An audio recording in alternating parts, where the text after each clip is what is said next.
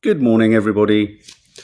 Good morning, good morning, good morning. How are we all? My God, it's hot. I had to have the aircon on until we've got a little unit over there, the last minute before we came on. My God, so hot. And I was getting even hotter watching the girls do their curly cooks. Did you watch Curly Cooks, guys? Did you enjoy it? Did you have fun? Lovely dishes. Sorry for me if you're listening on podcast. I'm back referencing a cookery show that Nadia and Dina do on our YouTube channel, and they were making a cheesecake, and then they were fighting the crack. They were pushing against the crack of a cheesecake, and for me, a crack is what makes a cheesecake. But then perhaps I'm coming at it from a photographic perspective, which is when you get a crack, it's a fissure, and in the fissure you get contrast, and in contrast it makes a nice shot. So there we go. Faith Goodman, did anyone see that in showbiz news, Strictly partnerships have been leaked? And Married at First Sight UK, 3 of them have already been on TV before. Oh, mate. Nothing is secret anymore, is it? Polly Rahman, I'm a silent sub, love cheesecake. Oh, lots of love. Polly, we love our silent subs. I hope everyone is well. Fighting the crack, says Francisca Bastos. If everyone could send a nice big hug and send their love to Nanny Di. She's not feeling particularly well at the moment. The heat is getting to her. She's going through all sorts of kind of checks and stuff on her health and what have you. But she's fine. But she's not feeling 100%. Like Teddy. Teddy isn't feeling great. Our elders are, going through changes in their lives. So just to give you a flag up, Nanny Di. But you'll see her. She's in last night's Home Time, and she's always great value. I think I made her jump out of her skin. I think I might have to stop making her jump out of her skin quite so much. But anyway, big hugs to Nanny Di. Everyone's thinking of her, loving her. I know lots of you are missing her. But just to give you some context, she's just getting to a little bit of a point. I think the heat just really kind of amplifies anything that you're feeling particularly peaky or pikey or not particularly nice. If you're not feeling strong, if you're not feeling 100%, if you've got these kind of, I felt dizzy this morning, and I'm just, I'm a Joe Wicks nut. So imagine if you're not. Lee Durrant, and for those again of you listening on podcast, Nanny Di is my mother. She's a huge part of the channel, and she's much loved by all of you, and she feels the love. Look at that, everyone's messages there saying, get well, Nanny Di, get well, sending you love. And of course she's so frustrated because she wanted to be here with us all for Teddy's. Teddy's had celebration after celebration after celebration. I remember when I was young, my mum used to have a birthday. It used to be like a birthday week, not just a birthday day. And now it's spread. Teddy's got birthday weekends, so there are some birthday celebrations happening here. I've got a hazelnut coffee there, which is incredibly fragrant. Okay, so let's have a look at the news today, shall we? God, it's, we start serious and we get light. I'm going to start with this story. I just want to know what you think about this.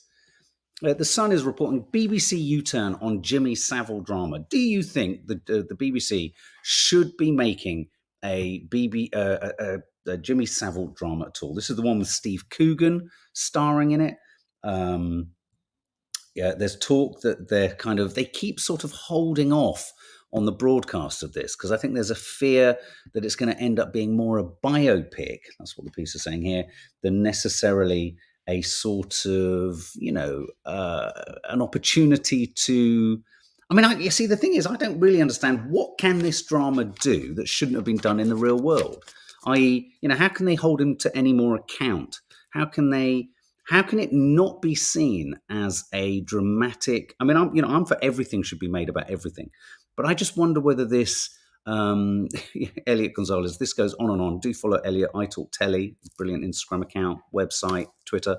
Elliot Gonzalez says, either air it or don't. I personally think it's bad taste. Yeah, I am not of the opinion that anything should not be allowed to be made about anything. I think there should be no sort of censorship. But then I do think that around something like this, the question has to be asked, If the drama is actually about uncovering how the BBC screwed up, and that perhaps is it a mea culpa, a sort of an opportunity for them to sort of fall on their sword and really take ownership, maybe there's an argument. But I don't see how you can ever argue making a drama about anything isn't about opportunizing or not monetizing, but trying to sort of exploit a drama for other purposes.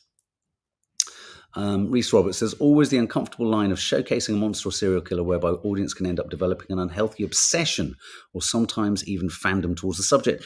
I agree. I mean, I don't know what you think, Reese, about this. I mean, there's a similar suggestion. I know Nadia was talking to someone the other day about the idea that sometimes, Top Boy is really successful, but if there is only a certain type of kind of drama that represents a certain type of, so for example, the argument around Top Boy, what I'm trying to say about Top Boy is there's this suggestion in some quarters that the constant sort of delivery of brilliantly acted, brilliantly shot, brilliantly made shows, but if they always keep sort of like they get the ones that sort of come from or focus on culturally, certain areas of our society, if they only home in on drugs and if they only home in on gangs and all that kind of stuff, does it glamorize those worlds? In this instance, what I'm wondering is, you're right, does, like the Dharma effect, does it end up making sort of creating a notoriety that distances the viewer from what actually this character did? So that any amount of playing him or immortalizing him in drama somehow mythologizes him and actually removes the sense that he actually had an impact on real people. I think it's dangerous. Lee Doran, absolutely, Top Boy is fictional, but I do think there's a strong argument. For example, the reason I thought Rye Lane was such a great film was we need more films that, to put it bluntly, reflect what it means to be young and black, principally, that aren't just about gangs and drugs. And I'm not suggesting that is all there is. But when you get these series, which are excellent, by the way, the kids absolutely love them.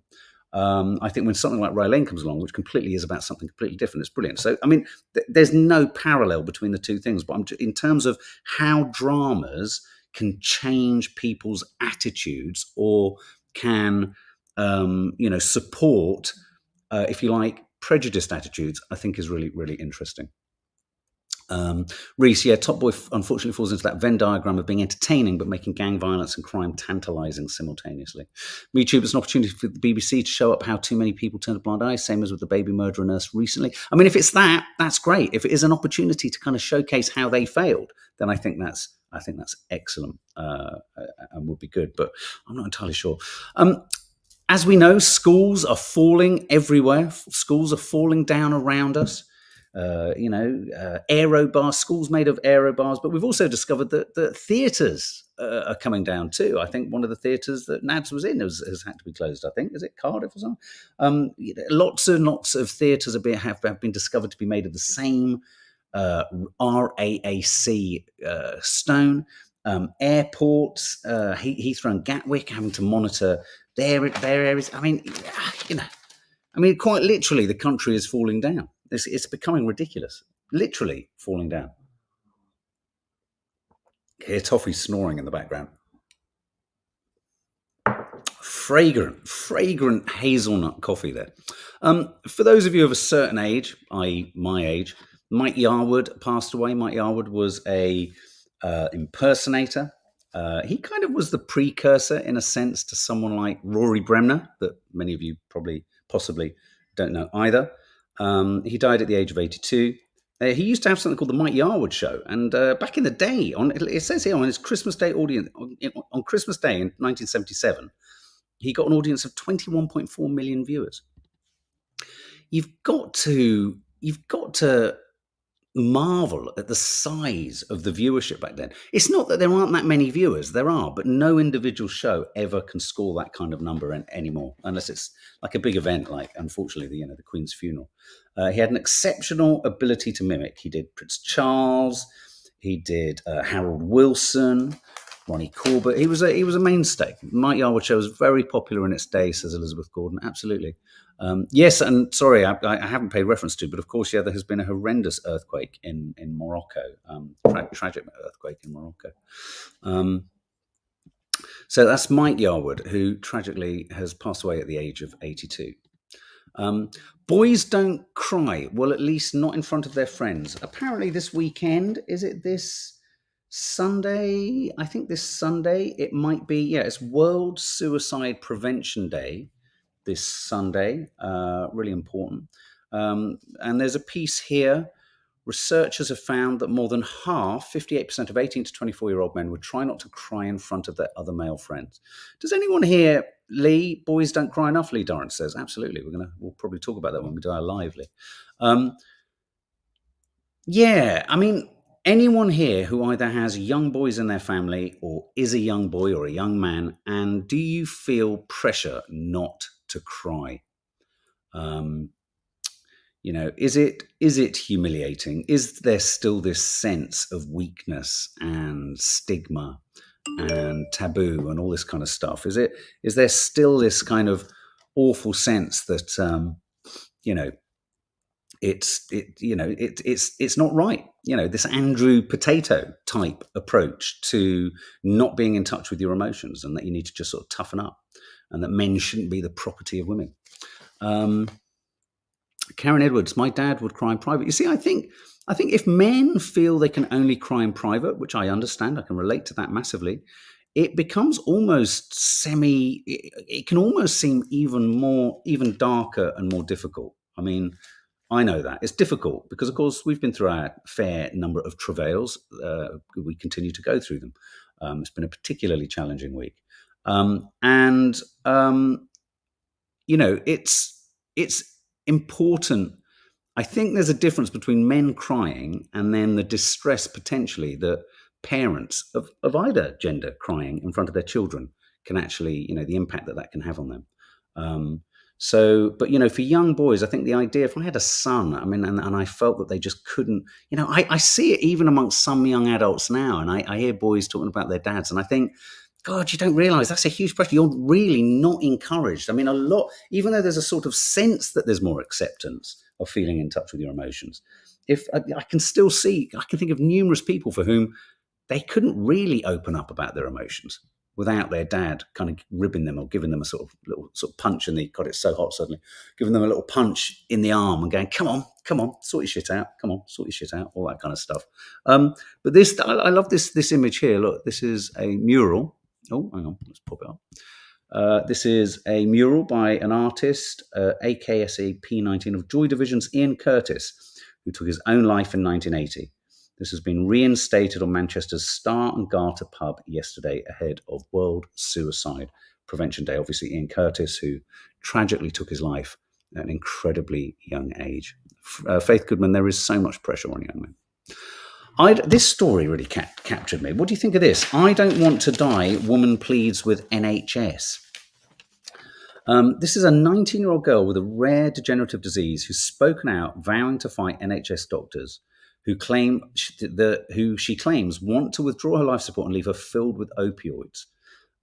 It's kind of similar to, as they say, a case of Charlie Gard, the baby's life support was withdrawn after a big legal case. But this 19-year-old has managed to speak to journalists from her hospital bed.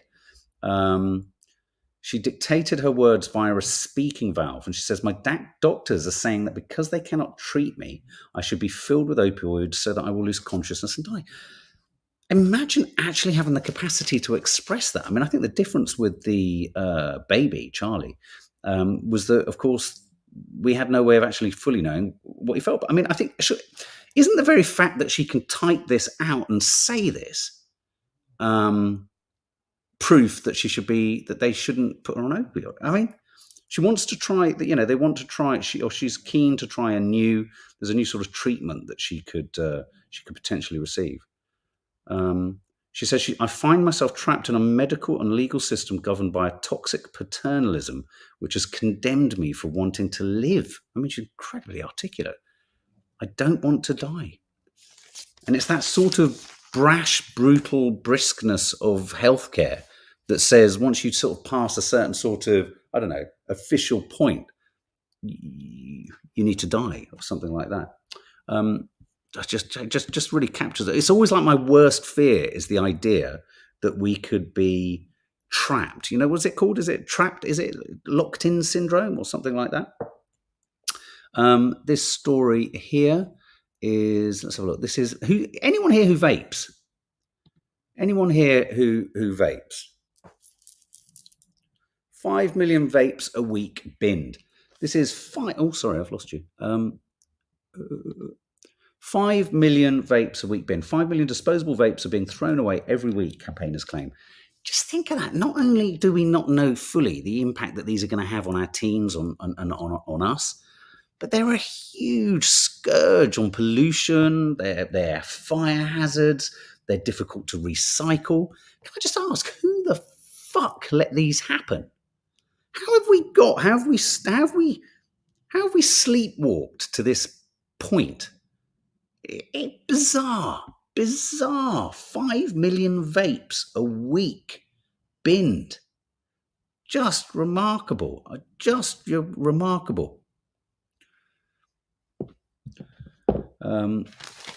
Let's have a look at this. Now, I was talking in the week, and I was saying to Nads what a strong response we got from you guys about vets bills and the price of vets bills and all that kind of stuff. This story is interesting. Vets in crisis. Suddenly, having said, look, the thing that's really important about what we were talking about yesterday, I think, was it yesterday? Yes. This idea that, can vets just, the day before, can vets just charge what they want? Don't forget, most vets are working for a much bigger company that set the terms of how it works. Individual vets aren't responsible for this, I think, really manipulative relationship between veterinary services and the insurers, where there's this kind of, they just operate for each other, with each other. Caught in the middle are obviously the pets and the pet owners.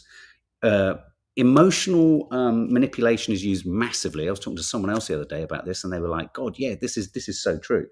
But interestingly, years ago, we worked on something where I think the statistic came through that vets, I think, is one of the professions with the highest case of mental health or depression issues, because they don't necessarily individually earn a massive amount of money. The companies might, the charging might, the insurers might, as I say, the organisations for which they work for might, but the individual vets don't.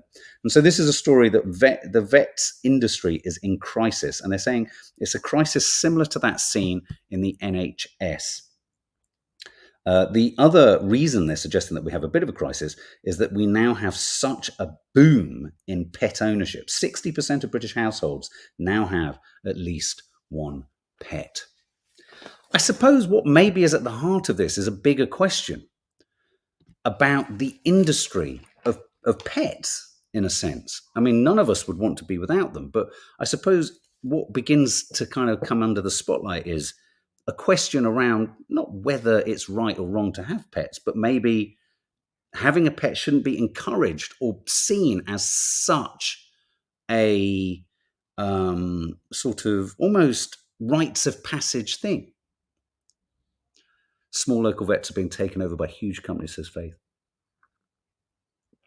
Good chip lollipop, pets are a sign of a thriving society. Maybe thriving society, but all paid for on essentially on debt, unfortunately. Now, this story is going to get you hot under the collar. Listen to this. Cyclist who need a child in the back is suing a father over filming it. Stick with me.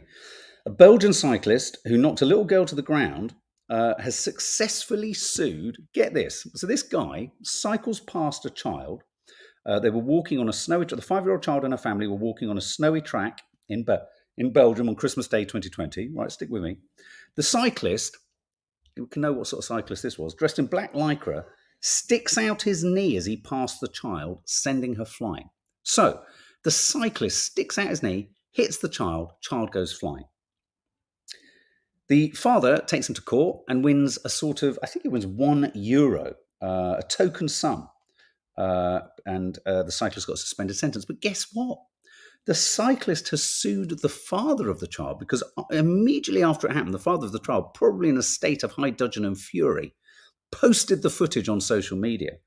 And the cyclist has now sought compensation, and a judge has found in the cyclist's favour. The cyclist has asked for £4,500 because he says that his reputation has been damaged and his privacy compromised. Maybe he should have thought that before kicking a child in the back.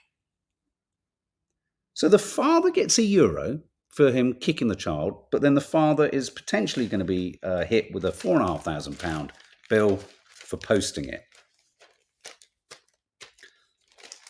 Classic madness. Total madness. I was going to ask you, can I just quickly ask, where are you all at with old Schofield, Philip Schofield? Obviously, this was the week in which the NTAs happened. The Mail have got this piece here. Phil the Outcast. As Holly returns to the TV sofa without him, Schofield has been having hours of therapy and going for long, lonely walks, anything to avoid seeing his old show. We talked a lot, Nadia talked, I thought, brilliantly about how there is a definite sexism at work in terms of like trying to paint Holly as the more evil person in this curious drama. But where are you all at with him now? Are you all in a sort of just let sleeping dogs lie? Is it? Yeah. Sick of hearing about him. I feel a bit sorry. Julie, I feel a bit sorry for him. Me too. Leave the guy alone. Steph Schultz, glad he's not presenting. Gabrielle, bored of the Schofield story. Natasha Milchin, never liked him, but feel a bit sorry for him. Lee Durrant, completely forgotten about him, to be honest. Yesterday's chip paper. Ooh, brutal. Dawn Decker, so bored with the whole debacle. He just needs to go away. All right, let's push on. Offence. Yeah, I like this title now. Let's get puntastic. Well, puntastic, but not nice, actually. Look, you can kind of see what he's obviously written. Offensive behaviour. Neighbour scrawls abuse and parrot row. Fuming neighbour hobbles next door to spray arseholes on their fence due to his neighbours having a squawking parrot that wakes him up at 5 a.m. Okay, so the big question here is, guys, before I'll read you some of the story, but I want you to be thinking about this. You've got a neighbour whose parrot wakes you up every morning at 5 a.m. It's beyond intolerable. It's been going on for over 10 years. And he's woken up every morning and they do nothing about it. What would you do? What would you do if it was your neighbour? So David Sanson, 60, stenciled the insult, then returned with black spray paint to fill it in. He added an arrow pointing to George and Patricia's semi. Drivers were slowing down, says the owner of the house, saying to take pictures. It was so embarrassing. The couple with the parrot had paid £500 for cameras after a separate expletive appeared on their back door. The neighbour admits painting the profanity, but he claims he's the victim because he's woken at 5 a.m. by the couple's parrot, Charlie. What would you do?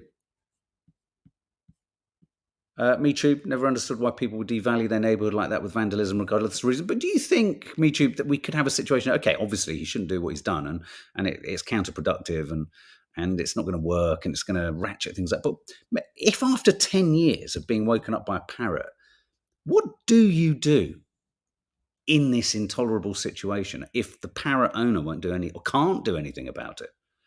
Good chip lollipop, I'd buy a cat. Lexical, it's a good question. Can you sleep train a parrot? Earplugs, Carla Martin. Sadie C, fed up with neighbours. Oh, moving on. I was threatened with police this week for sweeping up leaves from a drive. Not joking. Bloody hell, you're joking. Lack of sleep can drive a person mad. Yeah, absolutely. I just think, I think we underestimate, because sometimes if you feel you've got no choice, I mean, I suppose the one thing you would say to this guy is that isn't going to help the situation, is it? I mean, it's escalated, isn't it? TV Alison, okay, so Alison Hammond, obviously she's on Bake Off, but there's a piece here talking about her Brummie accent. I was born in Birmingham. That's as much as I've got to say, really. I was born in Birmingham. But my nan, she was Staffordshire, my mum, Nanny Di, you would vouch for this. None of you have got Brummie accents at all, even though you grew up in Birmingham, which is quite something. And why? Because Nanny Thelma had a zero tolerance when it came to the Brummie accent. I love the Brummie accent. It for me, it's one, every accent in the country has character. But there's something, I used to work with a sound recorder years ago, and his accent was so strong, and it was so, I loved it. Yeah, Sadie C, I was born in Birmingham. I was only there until I was, how old was I, Mum? 2, before we then went to Whitley Bay for about 6 months, 9 months, and then we came to London. And then I was London for the rest of it. My nan and granddad stayed in, they lived in Cardington Avenue. Is that Great Bar? Is it Cardington Avenue? Great Bar? I think. But they lived there until I was 9. My mum went to school in Birmingham and everything. Alison Hammond has revealed she didn't go to drama school because they told her to drop her beloved Brummie accent. Maybe her teachers at her drama school were related to my nan. But why is it? Why does the Birmingham accent, do you think, why is it much more maligned almost? It sometimes doesn't even have the sort of cult status of, say, I don't know, a sort of Geordie accent or Liverpudlian accent.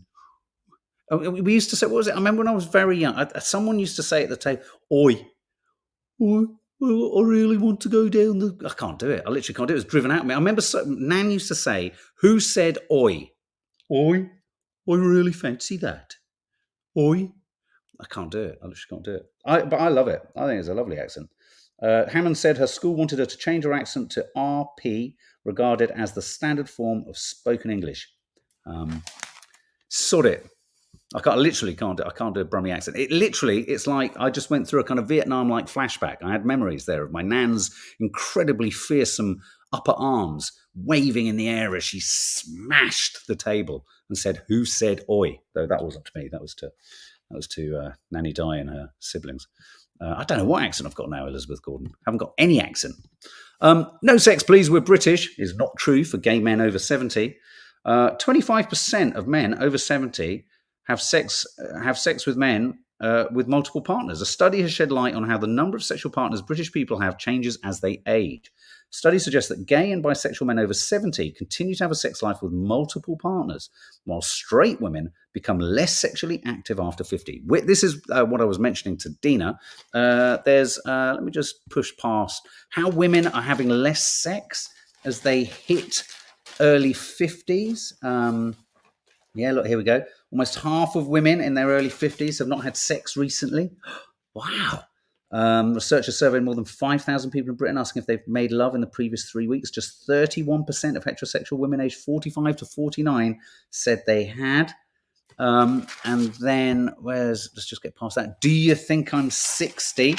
And then OAP men are having more sex than women. It's quite a major study from the University of East Anglia. Men have more sex than women after retirement age. The study of straight men and women found the sexes were closely matched. There's a simple reason for this, apparently. There's a very simple reason for this. And the simple reason is this.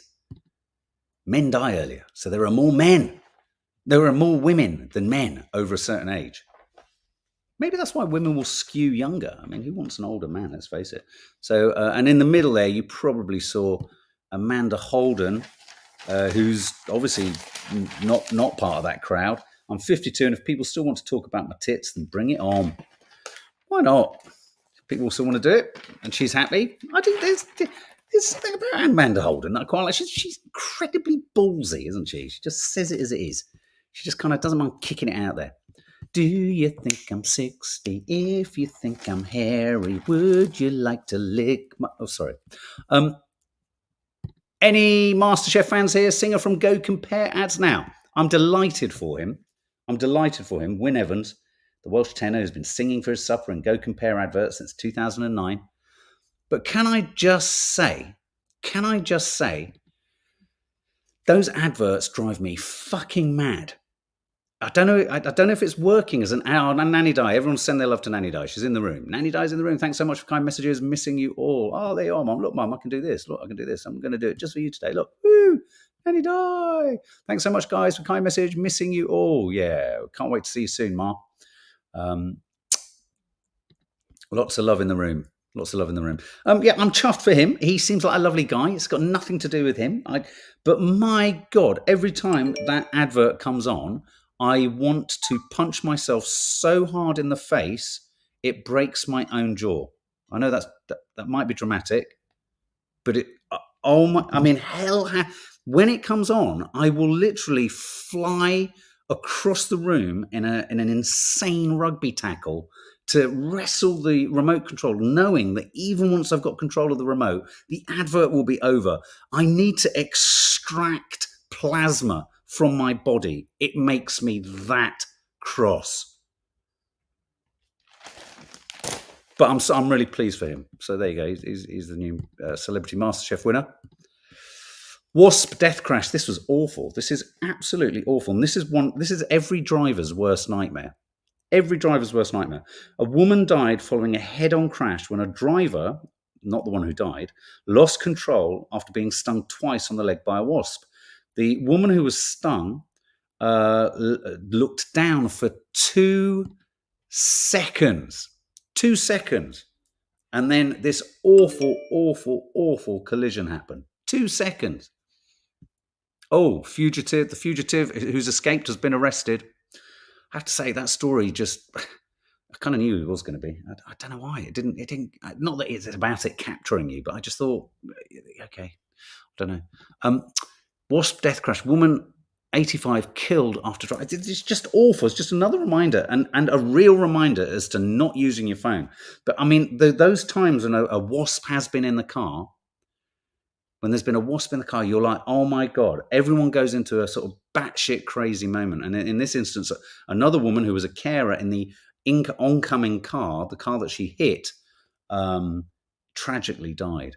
Reese Roberts, I got stung by a wasp recently when I was in Italy. It had an ice cream in my other hand. So to quote Taylor Swift, I had to shake it off.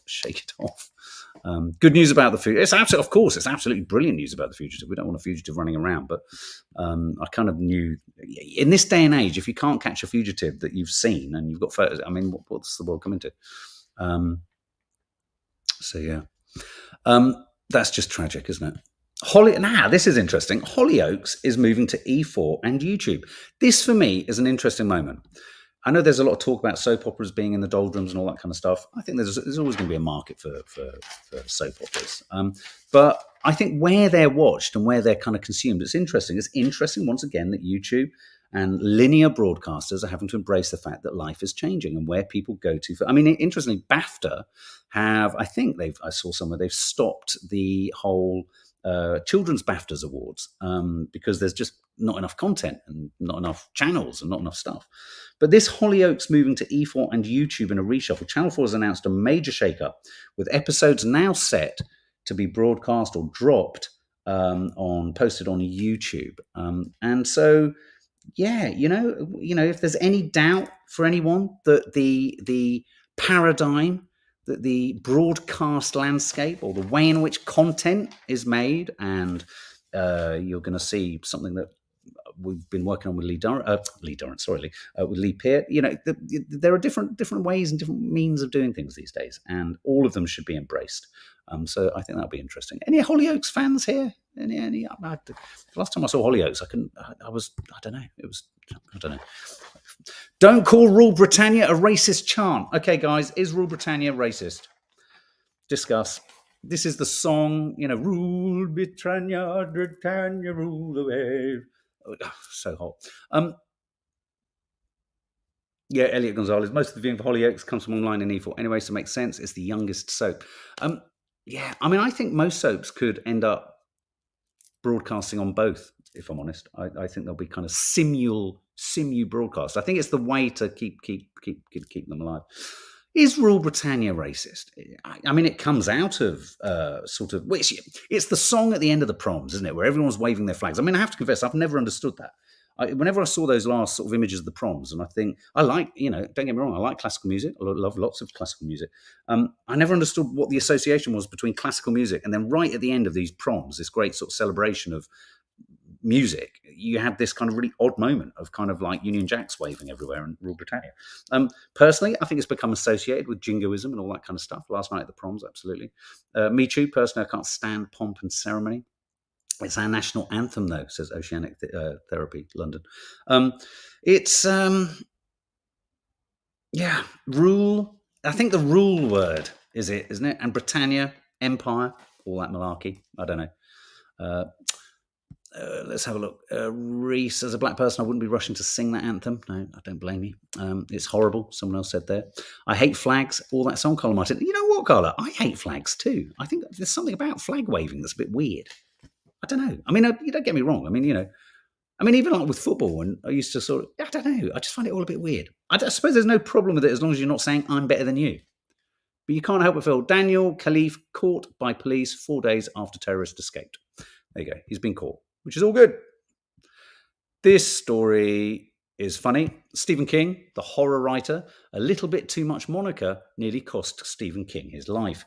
A little bit of Monica in my life. This is Stephen King.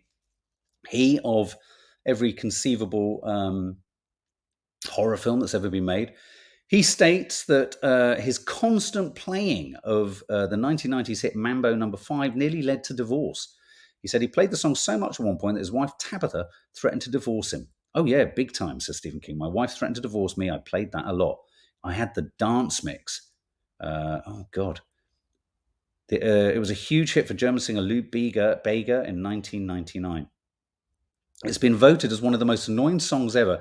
Guess what the other two more most annoying songs are? Oh, God, it's 33 degrees here, guys. Guess what the two other most annoying songs are or have been voted? Don't Worry, Be Happy by Bobby McFerrin. Don't worry, be happy. Don't you remember that over that video? Everyone got really excited about a cappella. Started whacking themselves on the throat and in the chest.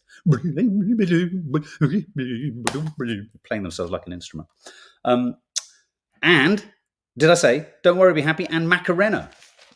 Please don't get me again into Macarena. Oh my God, Macarena. Oh, the Macarena, please no. What are the little stories that we've got here as we ride to a conclusion? Critics paid off to boost Rotten Films' online rating. This is the suggestion that Daisy Ridley's shaky film Ophelia, some Rotten Tomatoes critics were offered 50 quid each to slightly improve their review. Raises a bigger question, film fans.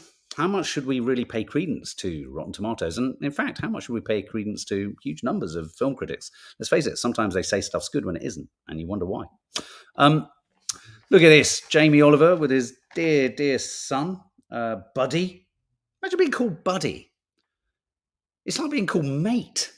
I mean, I suppose really, if you're the son of Jamie Oliver, you've got to thank your lucky stars you weren't called Jibbly Jobbly. Or, well, no, what was it? Bish Bash Bosh. Imagine if his 3 kids were called Bish Bash Bosh. Anyway, this is Buddy Oliver. Buddy. Guess what? Buddy has. He's got his own cookery show. Yay! Young Oliver is latest in line of cooks with famous parents to star in own TV show. I've got no problem with that if he's any good.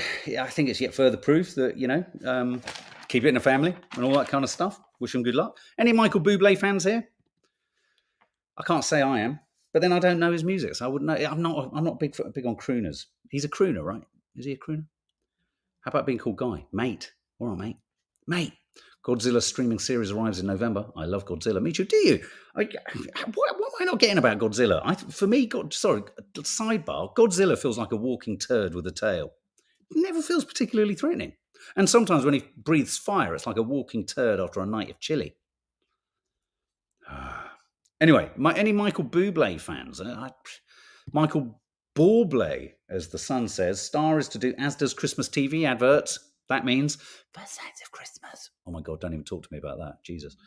Star to do Asda's Christmas TV adverts. Top Christmas crooner Michael Bublé is to appear as a checkout worker in Asda's festive adverts.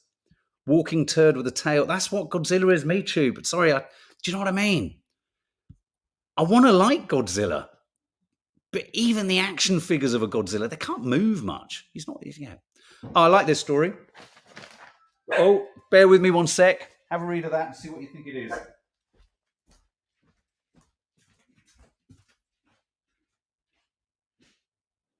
Thank you so much. Stay cool.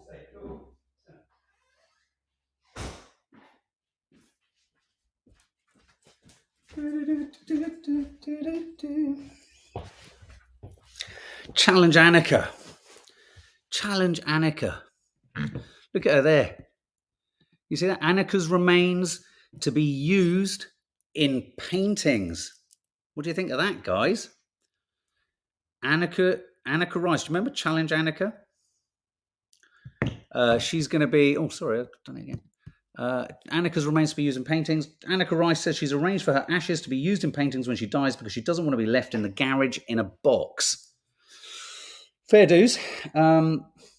She's actually asked, Mum, Nanny Di, you'll like this. She's actually asked Maggie Hambling. If you don't know Maggie Hambling, she's a fantastic artist. Do check out her work. She's asked Maggie Hambling if she will use paint, but she wants the paint to be kind of lumpy, and I want to be put in it so that when you look at the painting, you say, there's Annika.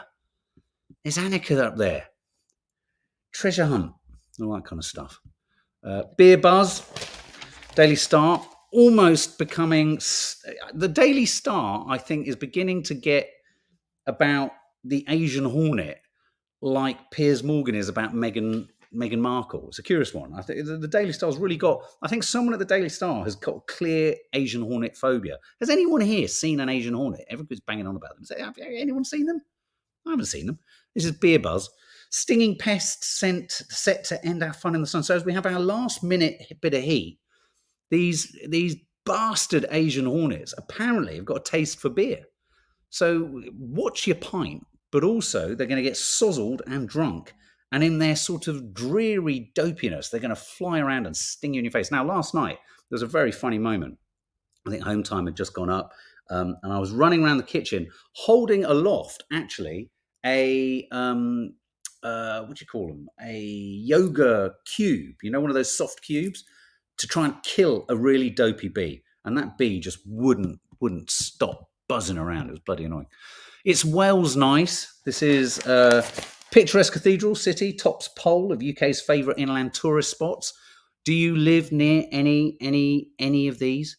Gabrielle, Hometime Vlog was great, but I never want to attempt to build any pack furniture again. I felt your pain. It was agony. Top 10 destinations: Wells, Somerset, Avebury, beautiful. Avebury, the rocks. Corfe Castle, beautiful. Port Sunlight, Grasmere, Lavenham, Llangollen, Ludlow, Stamford. God, I haven't heard of half these places. But Wells, Somerset is top.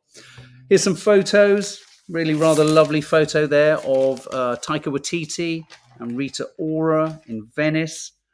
Beautiful. I don't know why, I just fancied showing that. There's an image taken of Curly Cooks from the future as they go on the rampage. These are two octogenarian grandmothers who've taken the trip of a lifetime. They're going around the world in 80 days at the age of 81. How fabulosity is that? Hey? Look at that. Dina on the left, right rather. Nadia on the left. First image really seen of Freddie Flintoff working with the England cricket team as he still recovers from the facial injuries he received during a crash. I can't believe. Are these still the injuries from December, or is this just we've seen a first photo? That's hardcore. Jesus, I didn't realise how bad that was. And finally, that's Kylie Minogue. What do we think of Kylie Minogue's red hair? Are we rocking that? Do we dig the red hair? And finally, let's check out this really sweet image to end. If you're listening on podcast, you'll have to check it out later. Look at him. What a sweetie. A little seal basking on the sand at Horsey Beach in Norfolk. Having a chuckle. Having a wee little chuckle. That's sweet. What a lovely. And is anyone going to be watching this? Is anyone going to be watching the new Love Island spin-off for single parents? It sounds quite... I thought it was going to be completely crazed madness, but it sounds quite civilized, which is terrible, isn't it? You sort of think, okay, that's probably very sensible and it's probably meaningful, but why? And we will be reviewing episode 3 and episode 4 together of The Woman in the Wall on Sunday night. So we haven't stopped that. We'll be doing that, Sunday night, episode 3 and episode 4. We haven't seen episode 3 yet, so we're going to watch those two. Francesca Bastos, I'm still on a quest to convince you to watch Ted Lasso.